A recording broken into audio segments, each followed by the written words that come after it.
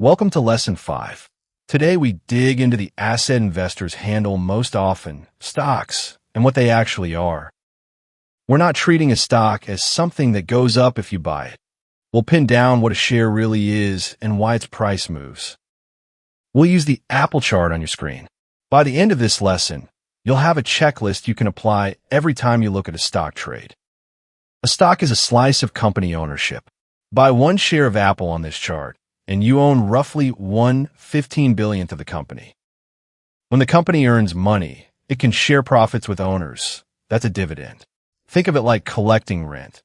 Just for holding, cash can show up on a regular schedule.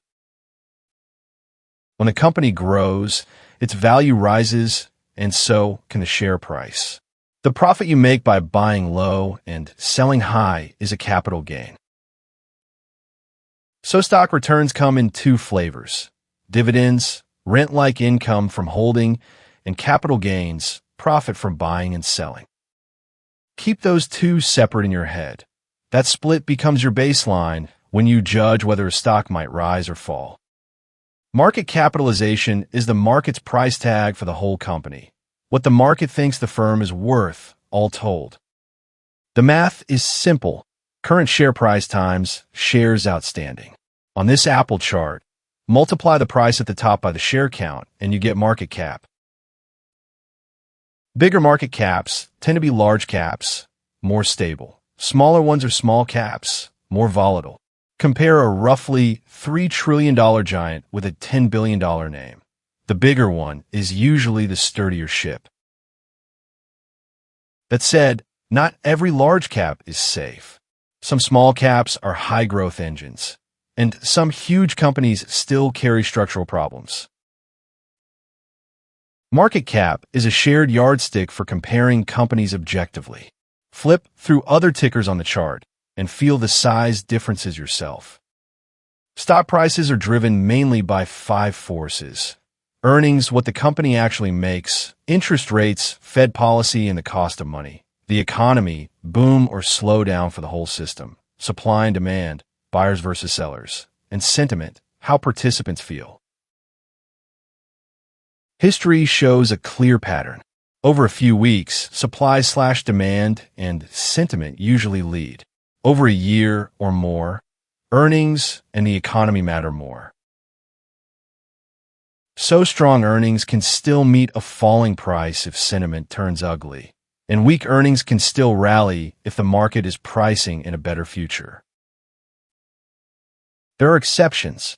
A sharp trend shift or a one-off event can hand the wheel to a completely different driver. Hunt for those moments on the chart. Once you see this, it becomes obvious why short-term swing strategies and long-term investing need different playbooks. 3 classic tools help you judge whether a stock looks expensive or cheap: P/E, PB, and E.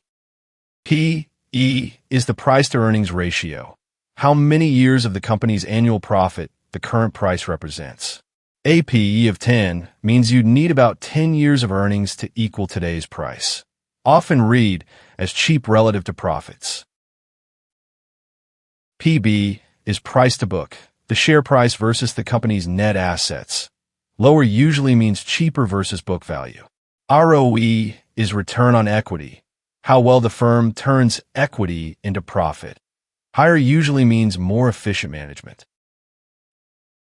But numbers alone are dangerous. A low PE asks, why is it cheap? Growth may have stalled, or the market may have a reason not to trust it. Cheap is not automatically an opportunity. Always pair the price with the question, why is it this price? Stocks broadly fall into 2 types: dividend stocks and growth stocks. Dividend stocks pay you income now. Cash hits your account like rent on a schedule. They're steadier and more predictable for cash flow, but big price spikes are harder to expect. Growth stocks plow cash into the future instead of paying much or any dividend today. They might not show profit yet, but they can scale hard, and they swing harder too. Statistically, younger investors, 20s through 40s, lean more toward growth. Investors near retirement lean more toward dividends. Match the mix to your age, goals, and time horizon. There's no universally good or bad type, only the type that fits your situation. Lesson 5 wrap-up. A stock equals ownership in a company. You earn through dividends, rent-like holding income, and capital gains, buy and sell profit. Market cap equals the company's total price tag. Share price times shares outstanding. A common yardstick for comparing firms. Prices move on earnings, rates, the economy, supply/demand, and sentiment. Short term, weak supply/demand and sentiment. Long term, a year plus earnings and the economy way more. P/E, PB, and ROE help you judge expensive versus cheap, but numbers alone are risky. Always ask why. Next up in Lesson 6, Interest Rates and Bonds. This lecture is for education only. Investment decisions and outcomes are entirely your responsibility.